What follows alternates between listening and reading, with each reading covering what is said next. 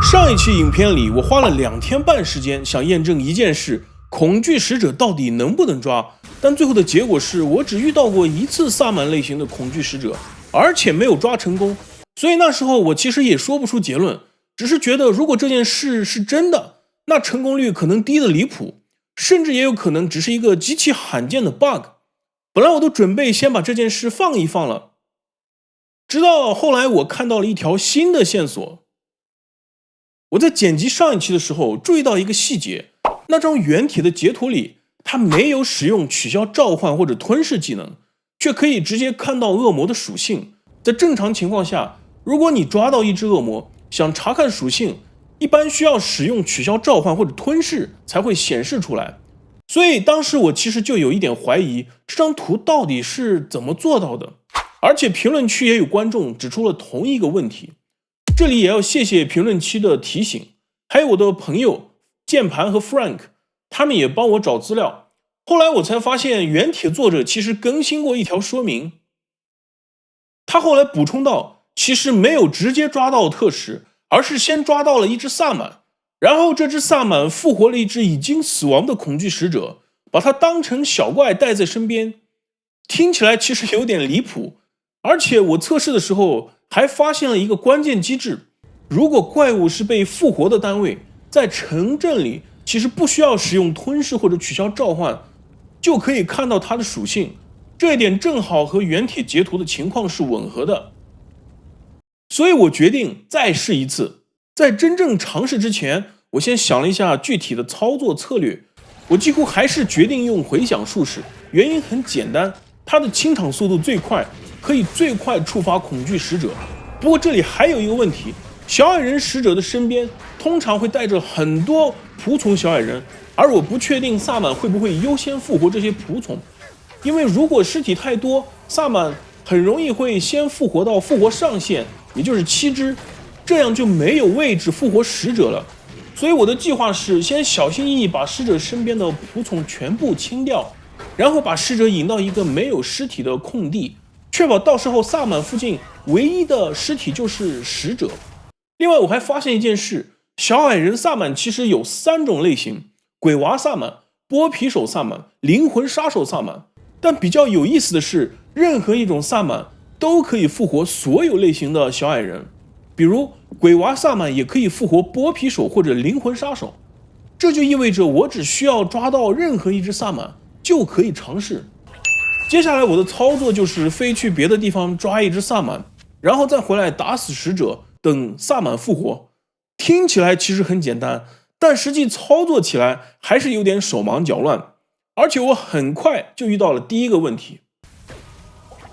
前2次尝试使者的尸体都直接爆掉了。一开始我完全没反应过来是怎么回事，后来我才意识到问题其实出在冰冻效果。第一次是因为我绑定的那只萨满随机获得了神圣冰冻灵气，第2次则是因为我的装备上有很多被动触发的冰冻效果，比如刚毅、墨菲斯托那本暗经书、被击中触发寒冰甲、暴风雪，这些效果都有可能破坏尸体，而一旦尸体被炸掉，萨满就不可能复活使者。于是我决定直接洗脸，把角色改成火术士。这样做有2个好处，第一，不会有那么多意外触发的冰冻效果；第二，火术士可以用咒印死亡去消耗掉一部分小矮人的尸体，然后火术士的清场效率也只比回响慢一点点。接下来我又试了几次，但很快新的问题又出现了。有时候使者的尸体藏在树后面，我不能观察尸体到底有没有爆掉或者有没有消失，所以我必须刻意去控制使者尸体的位置，尽量让他躺在比较显眼的地方。然后我就开始在尸体旁边跑来跑去，传送来传送去，像在跳舞一样，只是想让萨满过去复活尸体。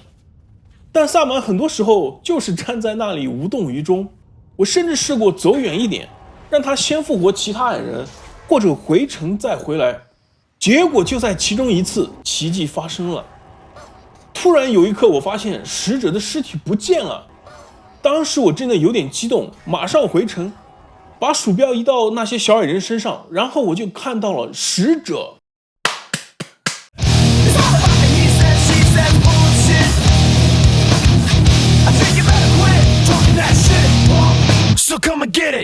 他真的被带回来了。抓到之后，我也简单测试了一下这个使者的表现，他名字上的显示的属性和被我打死之前是一样的。而且有一个比较有意思的现象，它虽然还是显示灵气强化，但实际上它原本的2个灵气并没有真正生效。这也就意味着想通过这个方法获得专注或者活力灵气基本是不可能的。我还带着这只使者去尝试打了尾王，因为为了触发使者，有4张的尾王都被我打掉了，所以只有去 A2 试试杜瑞尔，结果就是几乎打不动。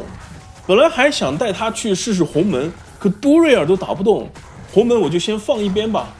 所以从实战角度来说，这个方法其实意义不算特别大，但它确实证明了一件事，原铁的方法是可以复现的。最后我还测试了2个细节，第一，萨满的复活上限正常情况下最多可以复活7只小矮人，如果其中1只是恐惧使者，总数量依然是7只，并不会增加。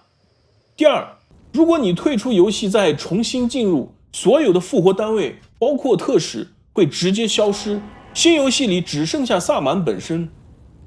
所以目前来看，恐惧使者确实不能被直接束缚，但如果通过萨满复活，确实可以间接把它带在身边。虽然实战意义不算特别大，